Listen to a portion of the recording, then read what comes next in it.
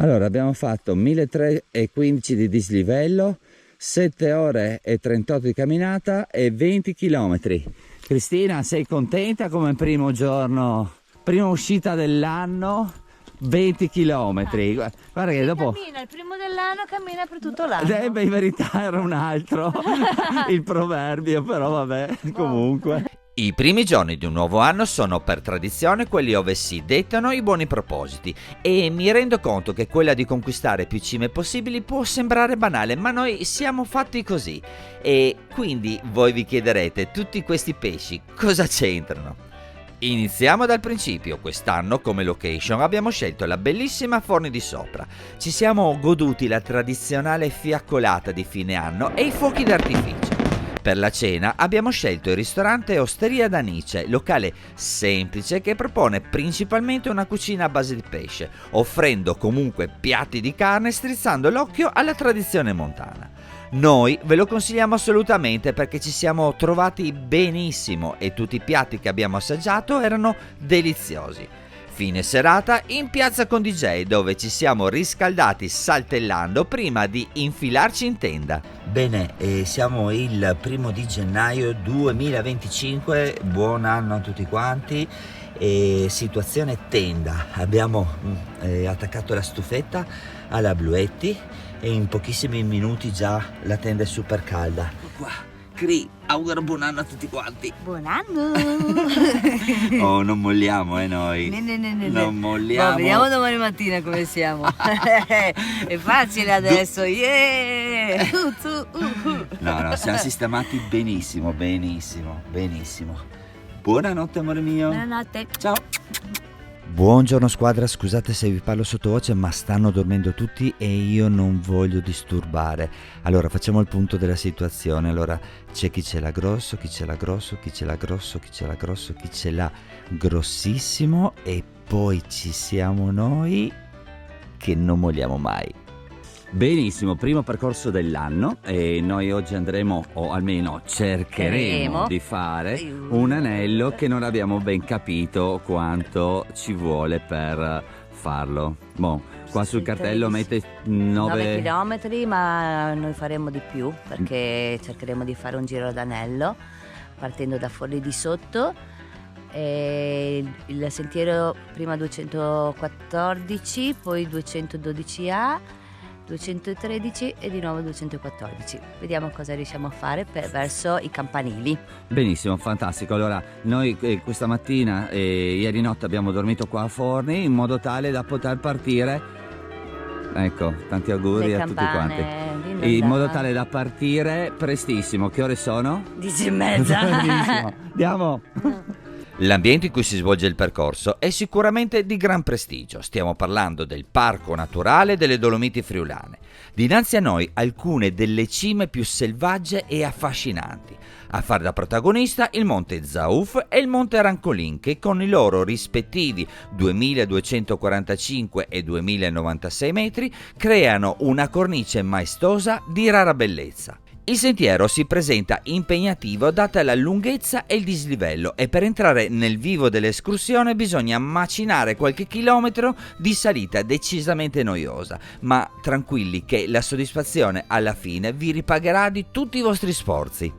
Bene, allora siamo arrivati al cartello che indica il sentiero che ci porterà su a Casera Costa Batton. 1 ora e mezza. Io sono già 1 ora e mezza, cioè, poi da lì dobbiamo ancora salire e poi fare tutta quella che dovrebbe essere una traversa per vedere i campanili. Torniamo giù con la frontale oggi. Sì. Beh, quello poco ma sicuro. Poco ma sicuro. Anche perché con questa lentezza. Prendi quel sentiero e vai via come un caccia. Sì, Ecco, come un caccia.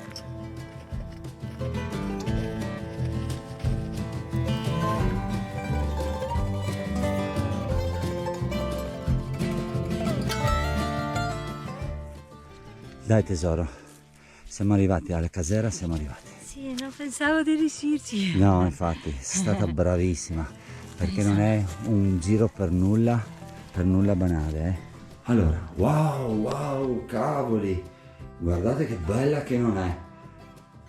C'è la parte della cucina, molto bella, con una bombola un generatore, dopo andiamo di qua e abbiamo un grande tavolo bellissimo, una stufa a legna enorme, un altro bellissimo tavolo e poi salendo su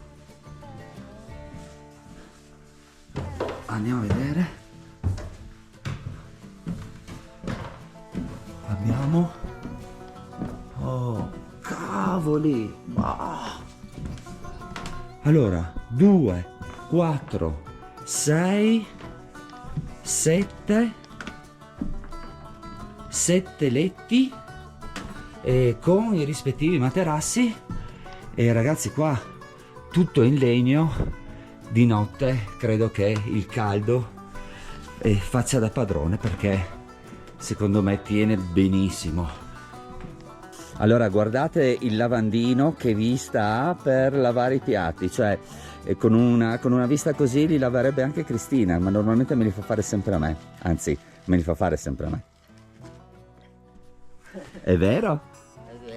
È vero, non racconto le bugie. La malga si trova su un solitario pascolo alle pendici orientali del Monte Rancolin, dedicata a Fabio Polo, noto alla comunità montana per la sua dedizione al CAI, le tradizioni e il territorio. Gode di un bellissimo panorama. A questo punto affrontiamo l'ultima fatica e imbocchiamo il sentiero 212.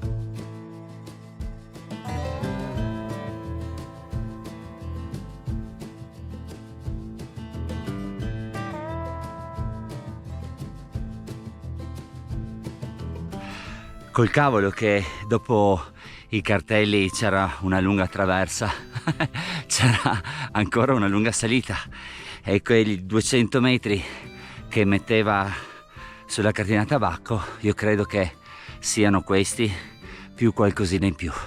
Va Cristina, è lì che sta arrancando, ma non molla, non molla. Dai, vai amore, sono orgoglioso di te.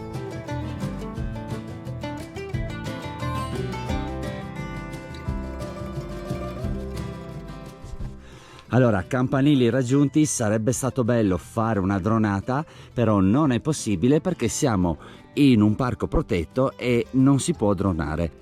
Dinanzi a noi ad ergersi due magnifiche colonne policrome di depositi carbonatici che affiorano ai piedi del Monte Zauf. I colori variegati risalgono al Triassico inferiore. Stiamo parlando circa di 250 milioni di anni fa, anno più, anno meno. In quell'epoca la zona era sommersa da un vastissimo mare tropicale denominato Tetide, di cui oggi il Mar Mediterraneo è ciò che ne resta. Allora Cris, siamo arrivati in vetta, come al solito cosa lasciamo? Il sassolino del sorriso, guardate che bello che ha fatto. Che bel sassolino che ha fatto.